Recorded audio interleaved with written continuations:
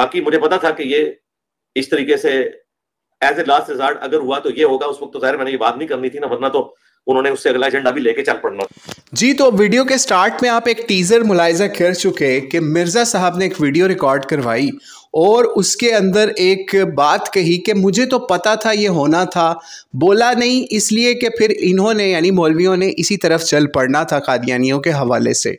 तो बहरहाल ये वीडियो जो मिर्ज़ा साहब ने अपनी जग हंसाई और अपनी हार या अपना झूठ या अपनी पेशीन गोई के ऊपर जो जग हंसाई उनकी हो रही थी या उनके ऊपर कालक मली गई थी कि आपका कहा हुआ झूठा साबित हुआ, जो आपने दावे किए थे वो सब झूठे साबित हुए और सुप्रीम कोर्ट का फैसला तब्दील हो गया है।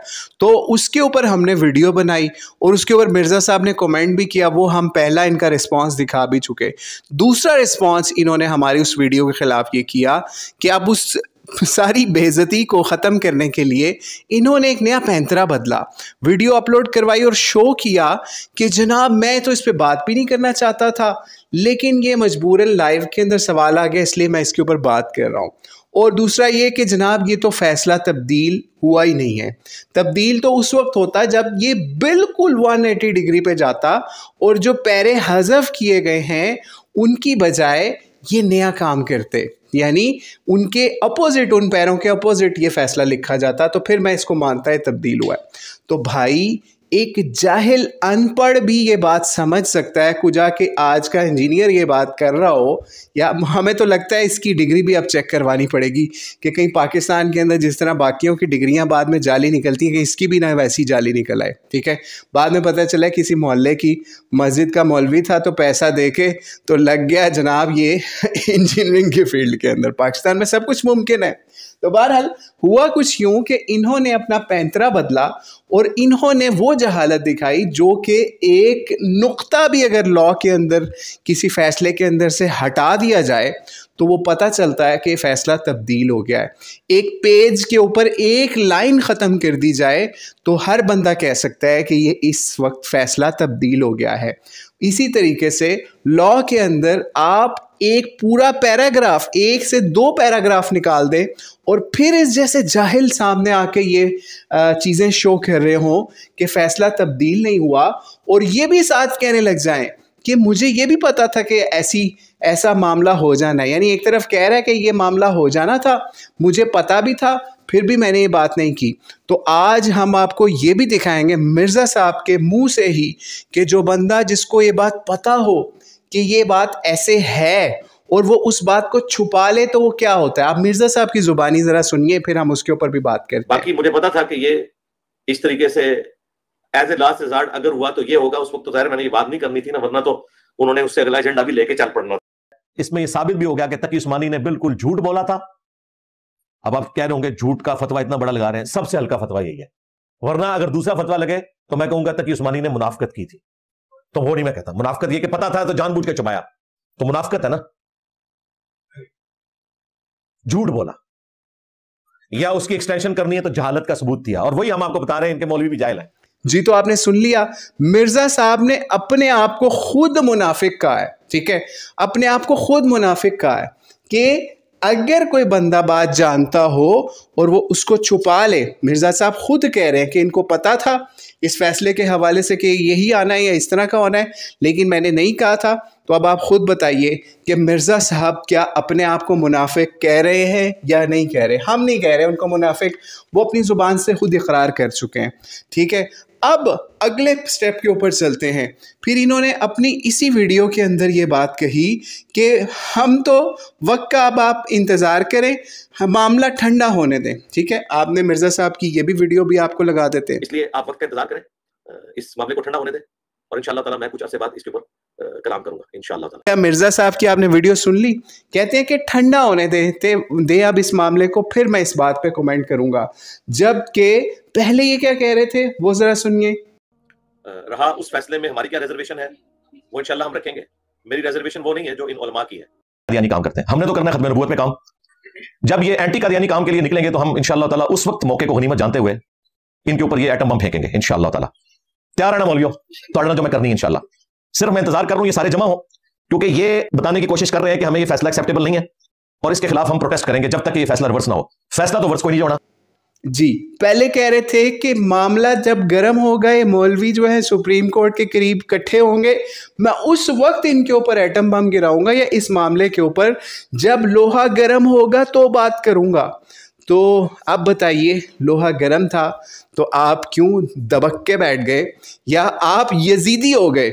ठीक है, अब हम आपको इनके यजीदी होने का भी सबूत इसी वीडियो के अंदर अभी पेश करते हैं, जो वीडियो इन्होंने अपनी जग हसाई कम करने के लिए बनवाई, लेकिन उसके अंदर ये खुद ही उस कड़की के अंदर फंस गए जो इन्होंने अपने आप को बचाने के लिए लगाई थी किसी और के लिए।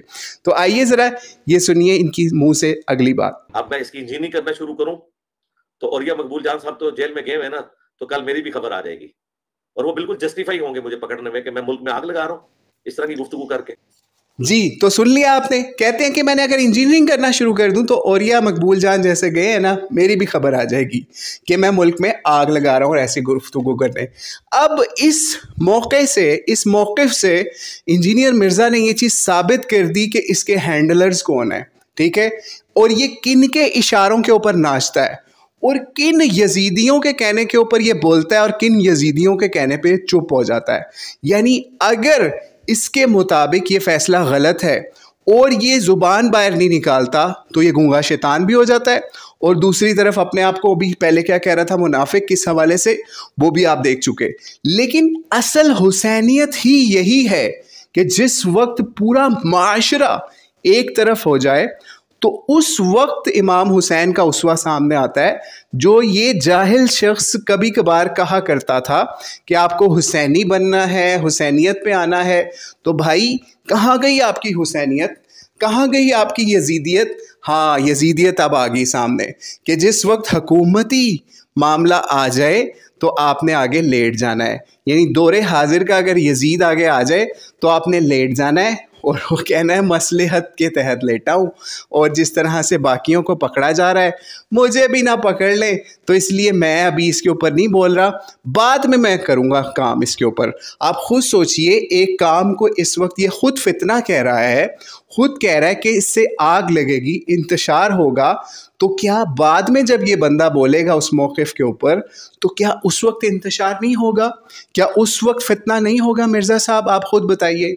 तो इसलिए अल्लाह ताला ऐसे जाहिलों से इस कौम की, पाकिस्तान की, मुसलमानों की हिफाजत करे जो कि मौक़िफ़ अपना कैसे छुपा रहे हैं और क्या मामला कह रहे हैं, और पहले अगर ये मामला गलत था या सही था तो उस वक्त एटम बम चलाने की मुसलमानों के ऊपर, इस्लाम का नाम लेने वाले उन उलमा के ऊपर आपने बात की थी कि मैं आपके ऊपर एटम बम चलाऊंगा जब आप सारे इकट्ठे होंगे।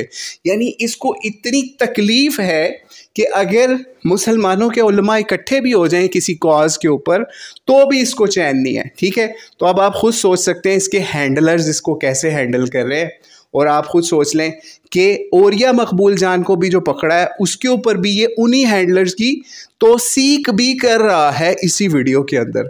बहरहाल अब आप खुद सोच लीजिए। अच्छा जी, आगे चलते हैं। एक और आपको बात कह रहे पहली वीडियोस के अंदर क्या कहते थे वो भी आप जरा सुनिए। मैंने इस तरह की कोई इत्याद नहीं करनी, ज़हन में रखिएगा। ये मुझे जो मशवरे देते हैं, नहीं, 24 कैरेट सोना तो अपनी जगह होना चाहिए। उसकी वजह यह है कि मैंने तो ये फैसला कर लिया ना कि मैंने तो अपनी जान रखी हुई है हथेली के ऊपर। हाँ, सीधी बात लोगों को बतानी। जी, तो सुनिए आपने वीडियो, कहते थे जान हथेली पे रखी हुई है, यानी कि वही रंगबाजी जो पहले ये करते रहे।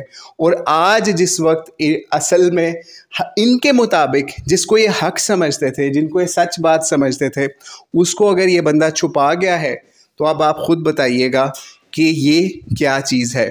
तो अल्लाह ताला इन लोगों को हिदायत दे और मुबारक सानी। केस के ऊपर जितनी जग हसाई, जितनी ज़िल्लत इस शख्स ने उठानी थी, इसके अगर मुक़ल्लिदीन के अंदर थोड़ी सी भी गैरत हो ना, थोड़ी सी भी गैरत हो, तो वो फौरी इस बंदे से अपनी जान छुड़ा लेंगे, या कम से कम प्रोटेस्ट करते हुए इसके चैनल पे जाके इसको कम से कम छोड़ना ही शुरू कर देंगे। कमेंट करके इसको कह के आएंगे कि भाई मिर्ज़ा साहब आई एम सॉरी, हम आपको अनसब्सक्राइब करके आज जा रहे हैं।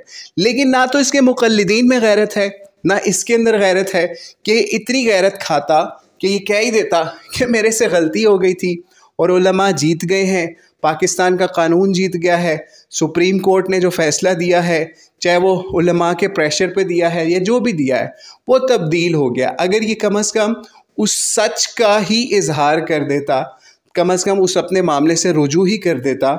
नहीं, उल्टा उस पे अभी भी डटा हुआ है कि मैं अपना मौक़िफ़ रखूँगा किसी मामले के ऊपर, किसी टाइम के ऊपर, और इस मामले को भी चिश्ती और थानवी इन चीज़ों के अंदर घुमा के ना तो लोगों को ऐसी कहानी करवा रहा है या गोलियां करवा रहा है कि जनाब ये जो इस वक्त नहीं है, जब वक्त आएगा तो फिर मैं इस मामले के ऊपर बात करूँगा और फिर मैं दोबारा से आग लगाऊँगा। तो अल्लाह ताला ऐसे जाहिलों से मुसलमानों की हिफाजत फरमाए। वल्लाहु अलम बिस्सवाब। अस्सलामु अलैकुम वरहमतुल्लाहि वबरकातुहू।